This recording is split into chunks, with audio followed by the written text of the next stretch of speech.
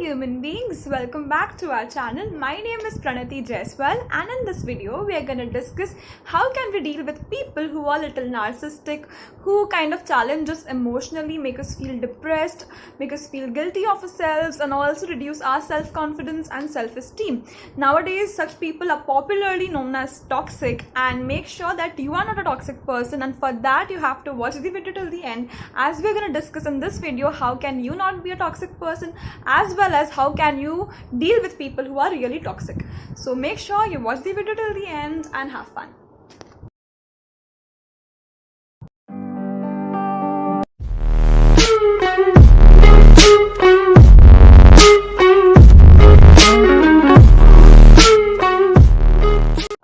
A person encounters thousands of human beings in their life, and everybody cannot be a supportive and a helpful person.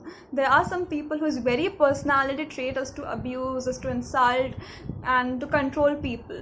Now, if such a person in your life is very close to you, like maybe he or she is your sibling, your very close friend, your neighbor, your parents, your husband, wife, daughter, son, anybody, and you have to talk to them daily. You cannot go without talking to them. You have to make contacts with them like on a daily basis. Then definitely your emotions and your feelings are also being hurt on a daily basis.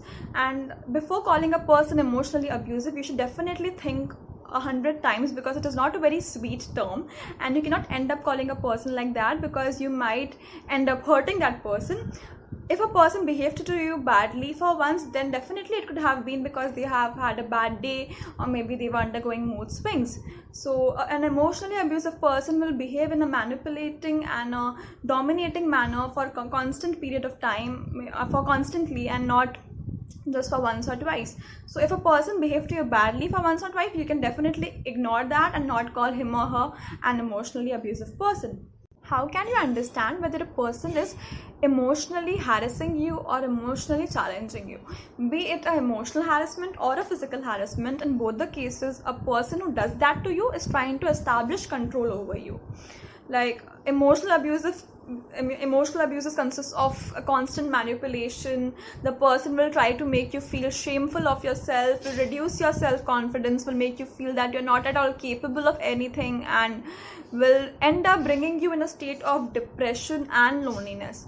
It is seen that people who are emotionally abusive had undergone such a treatment when they were a child. Like in their childhood, they had been emotionally abused.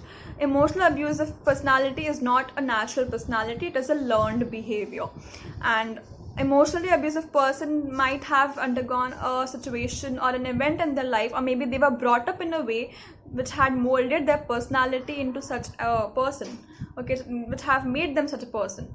It is seen that people who are very confident of themselves and have a high self-esteem are not very easily affected by an emotionally abusive person, but people who are very tender, shy, who are very emotional, and they tend to overthink everything, such people are very easily affected by an emotionally abusive person, because for them, what others think of them, opinions of other people really matters to them a lot, and then that is the reason they cannot tolerate the behavior of or they cannot tolerate the words of an emotionally abusive person. It becomes really difficult for them to overcome such an interaction and to just fight with such a person. If a person tries to dig into your insecurities and is making use of your weaknesses and kind of insults you every time in every little aspect they can, like not the very severe insults, the mild ones, then surely such a person is an emotionally abusive person. Lastly, if a person is trying to emotionally abuse you, they would always neglect your opinions, your ideas, your feelings. Even if they listen to you, they would not try to put efforts to pay attention to it and to entertain it further. Moving on to how can you be an emotionally supportive person and not an emotionally abusive person. If you really want to help somebody emotionally and be their support system, you have to learn to validate their ideas, opinions, beliefs, emotions, feelings, everything, even if you do not agree to it. It is okay that you're not agreeing to it, but you have to learn to find out the reason why the other person is agreeing to it and why you are not being able to agree to it. Most of the conflicts and most of the arguments, quarrels happen just because of the lack of importance and lack of respect given to the other person. we have a tendency of measuring people's intelligence quotient according to their age. We think that if a person is younger to us, he or she may not have the type of intelligence that I do have, but it is really very baseless. You have to learn to validate the opinions of people who are younger to you also, and you cannot just nullify something on the scope that you do not like it, or you cannot nullify or reject something on the scope of your own opinions and your own beliefs. You have to learn to validate others' opinions and others' feelings, emotions, if you really want to be an emotionally supportive person. The next thing is a very important thing. How can you deal with a person who is highly emotionally abusive, and moreover you have to stay with them on a daily basis, like you have to interact with them daily, they are a family member of yours. So what do you do then? Best thing, do not listen to them, ignore, do not pay attention to whatever they are saying. Ask yourself, do you pay attention to the dogs barking out there in the street, or do you pay attention to the sound of the drilling machine that is taking place in your neighborhood? You do not, right? So simply include their sound or their noise in the unwanted sound of the environment. You have to make a resistance shield around yourself such that no negativity can penetrate into you. If you allow that negativity to penetrate into you, you will become a negative person, you will become an emotionally abusive person later on. And you do not want to become such a person, right? So you have to make yourself, you have to build your personality in such a way that anything cannot affect you.